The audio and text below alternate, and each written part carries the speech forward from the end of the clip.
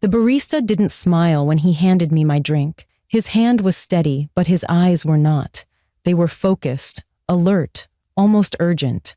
I lifted the cup to take a sip, and that's when I saw it. Written in black marker across the side were 7 words that made my stomach tighten. Man behind you has been following you. Then, underneath, in all caps, stay here. My name is Lena Hart. I thought I had finally escaped my past. I rebuilt my life from scratch, changed cities, changed jobs, changed everything. But the moment I read those words, I knew I wasn't safe, because the man standing behind me was someone I buried years ago. If this already has your heart racing, make sure to subscribe and tell me in the comments where you are watching from. Your story might help someone else survive theirs. It had been exactly 4 months since I moved to Brookfield, a quiet town where no one knew my history. I rented a small apartment above a bookstore, got a job as a freelance designer, and walked to the same coffee shop every morning. It became part of my healing routine, a symbol of normalcy. The baristas knew my order, and I finally felt invisible in the best possible way. No one stared at me. No one whispered.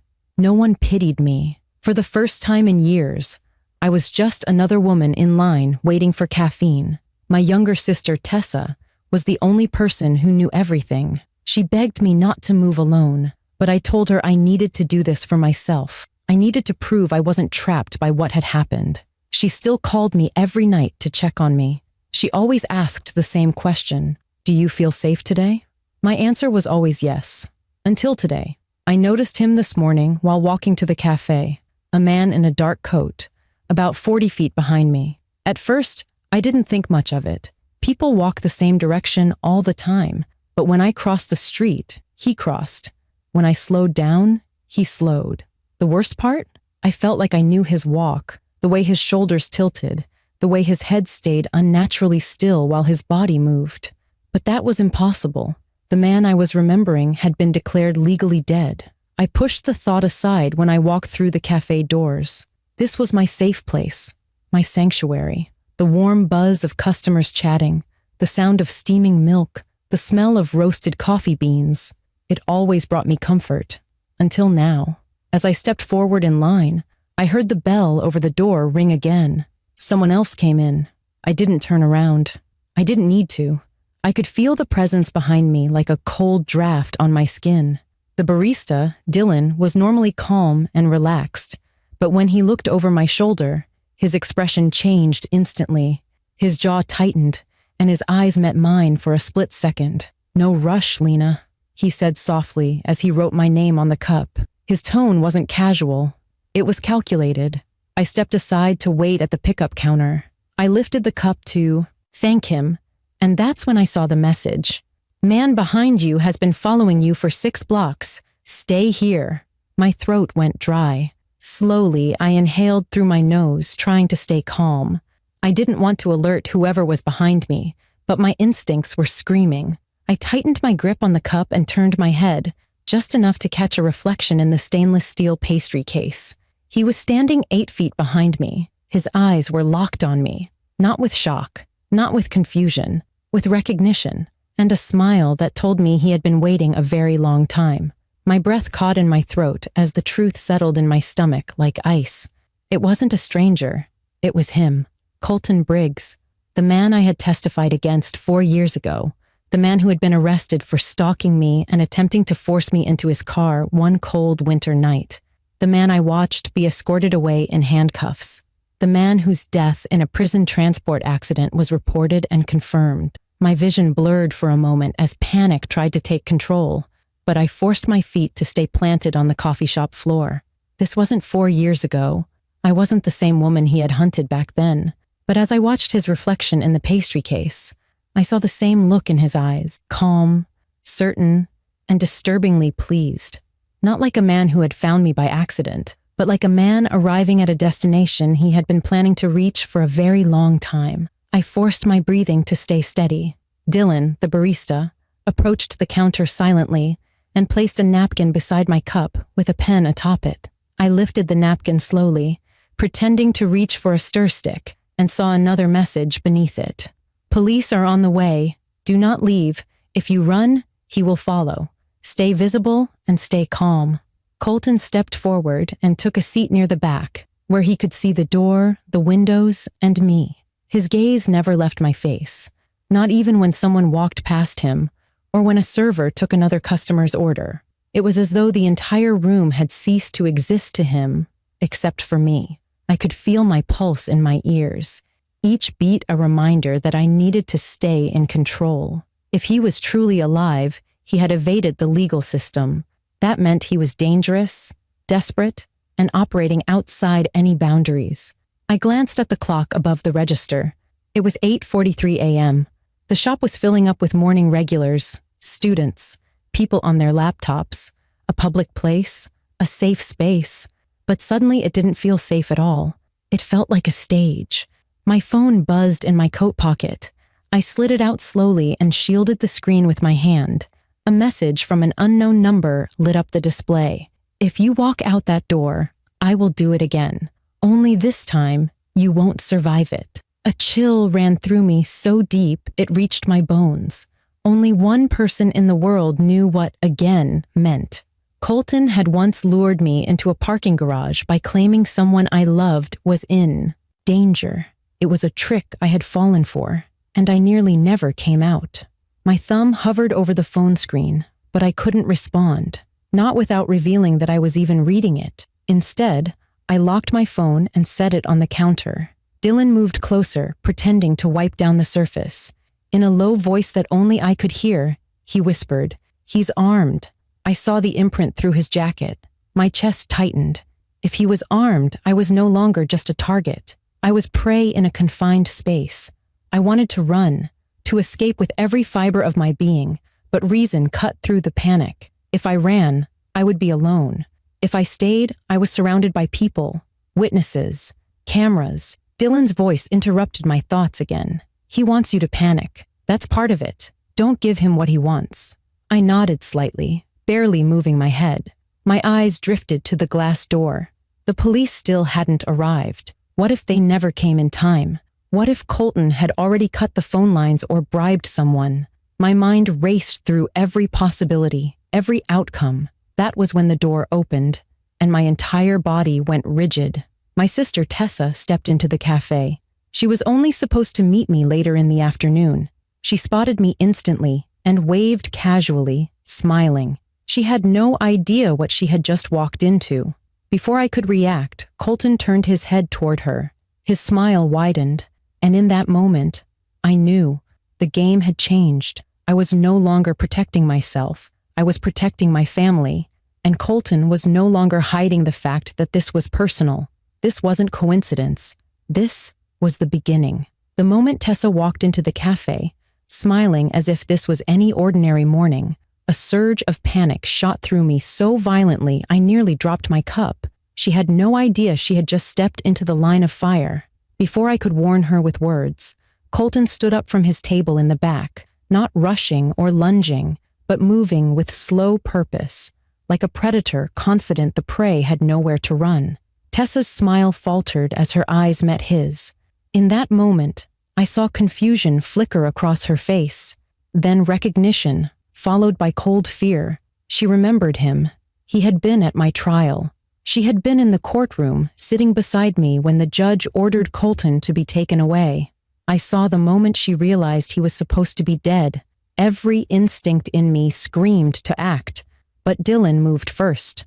The barista stepped between Tessa and Colton with a practiced calm, holding a tray as if he were simply delivering drinks. His voice stayed casual when he said to Tessa, "Your sister is waiting for you over here," as if it were just polite direction. His posture, however, was anything but casual. He was positioned to intercept, to block Colton's view of the exit and stall him. Tessa obeyed immediately, her eyes locked onto mine, and I saw in her expression the same protective resolve she had carried ever since the night of the attack years ago. She didn't move toward me timidly. She moved like she was ready to fight. Something in me shifted then, not away from fear, but beyond it. I had survived Colton once by luck. I would not rely on chance again. I reached into my bag, not for a weapon, but for my phone, activating the emergency recording feature. As I did, My mind stopped replaying old memories and began calculating the present. We were in a public place, which meant cameras, witnesses. Every move he made could be captured. If I panicked, he would gain control.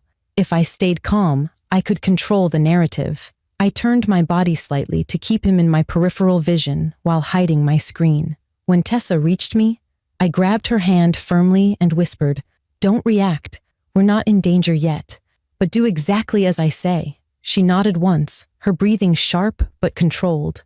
Our bond had always been built on unspoken understanding. She didn't question me, and that was our greatest advantage. Colton stopped walking midway across the cafe, clearly aware eyes were on him. For the first time since he appeared, his calm demeanor faltered. His eyes darted toward the exits, then back to me. He realized I was not frozen in fear. I was planning, and he hated that. He took a slow step forward, his voice low but audible. "You ran once. I forgave you, but you don't get to run again." The entire cafe fell silent. All casual conversation stopped. Customers put their phones down. People turned in their seats. They didn't understand the situation, but they recognized a threat when they felt one. And that was when I made the choice that changed everything. I stood up, not quickly, not defensively. I stood with calm, controlled movement, positioning myself between Colton and my sister. My hands were visible. My voice was steady. "You are not welcome here," I said. It wasn't a dramatic line. It was a boundary, a reclaiming of control. His eyes narrowed. "You think these people can protect you?" I met his gaze, refusing to flinch. "No," I said. "I think everyone here just became a witness." That shift in power was immediate. The tension in the room solidified against him. He looked around and saw faces watching, phones raised. Dylan gently set down the tray and took a step closer behind him, subtly blocking his escape route. Colton's chest rose sharply as he realized he no longer held the psychological upper hand. And that was when a realization hit me so hard I nearly staggered. He didn't come here to take me today. He came here to test me, to see if I was still the same girl he once controlled. He wanted to know if fear still ruled me. And by standing up, I had answered him.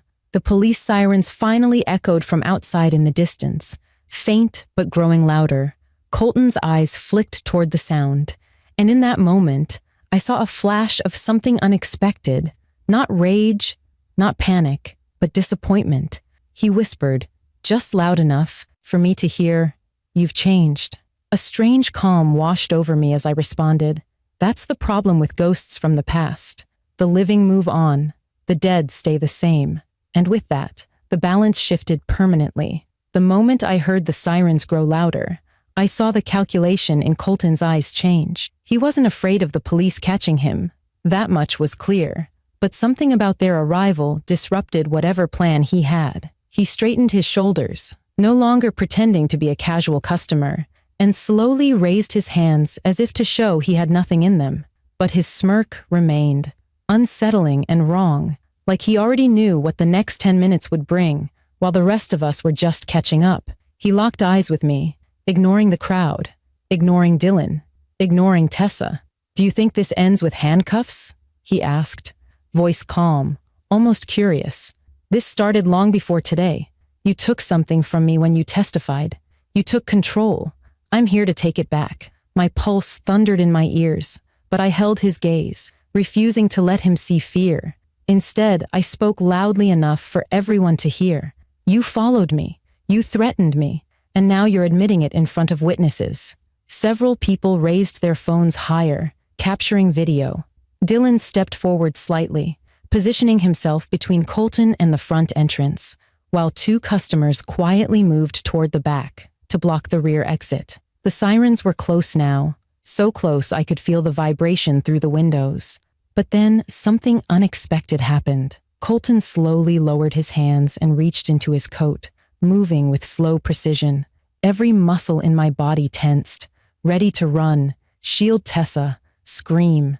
Dylan braced himself, jaw locked, prepared to act. But instead of pulling out a weapon, Colton pulled out a folded piece of paper and laid it flat on the nearest table. He stepped back and pointed to it. "Go ahead," he said, his eyes still fixed on me.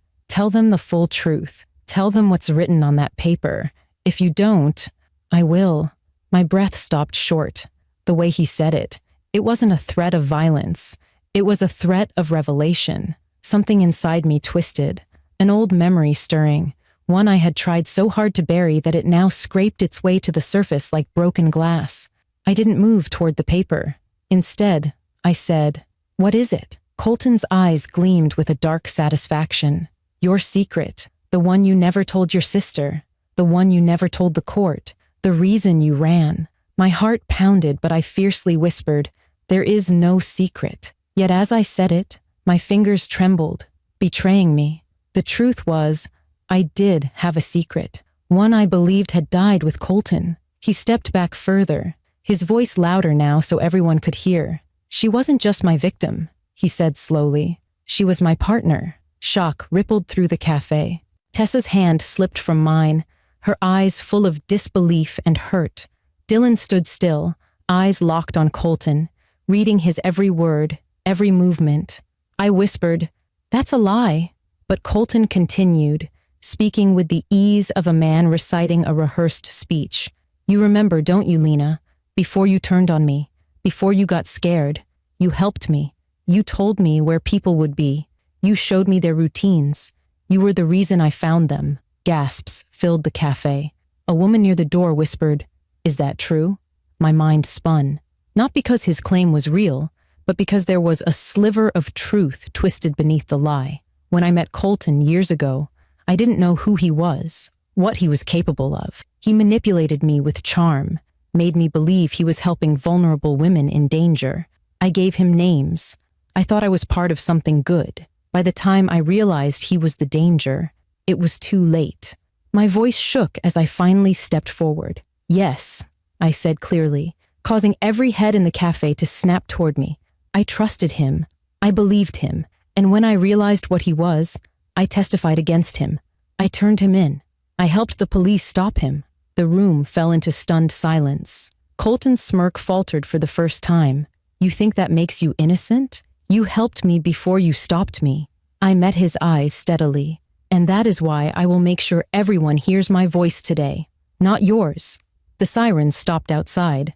Doors slammed. Police rushed in with weapons drawn, shouting commands. Colton didn't resist. He raised his hands again, eyes locked on me, but this time his expression was not triumphant. It was furious. Because I had just done the one thing he never expected, I took control of the narrative publicly, stripping him of his last weapon, silence and shame. As officers cuffed him, he leaned forward and whispered, "This isn't over." I looked him in the eye and said, "Yes, it is."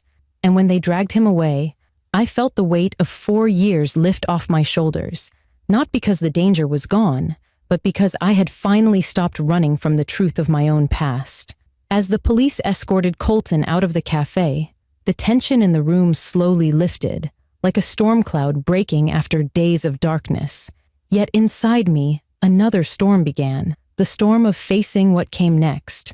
After survival, Tessa stood in silence, her arms crossed tightly over her chest, her eyes searching my face not with judgment, but with a pain that mirrored my own.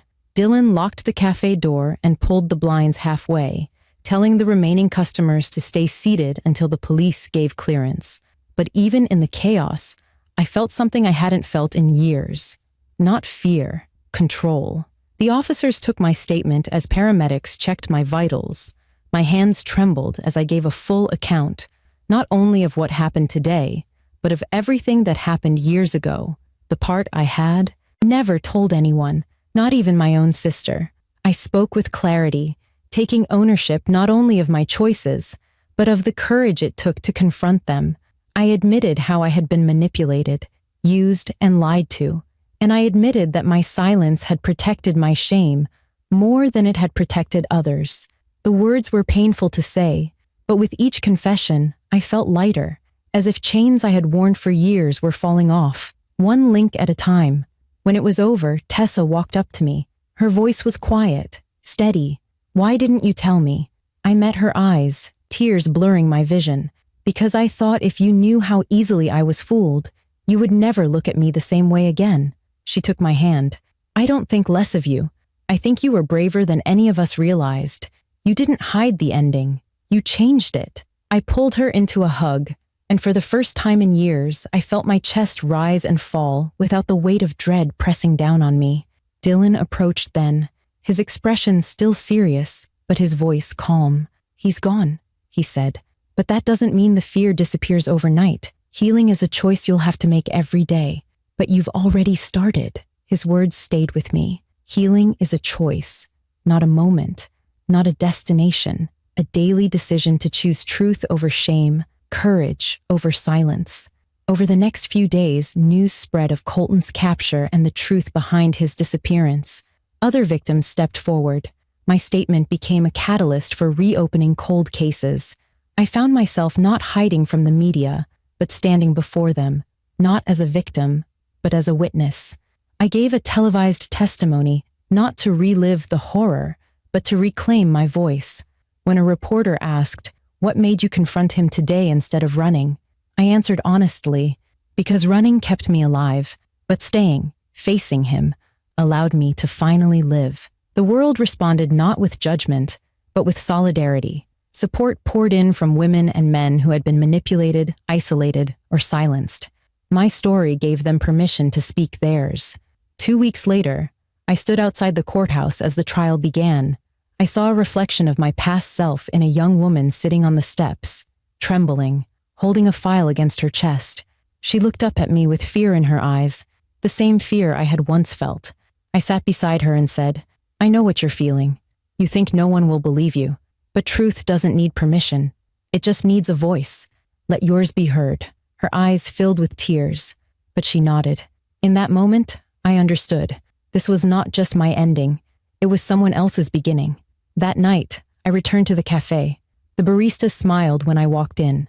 There was no tension, no fear, just warmth. I ordered my usual drink.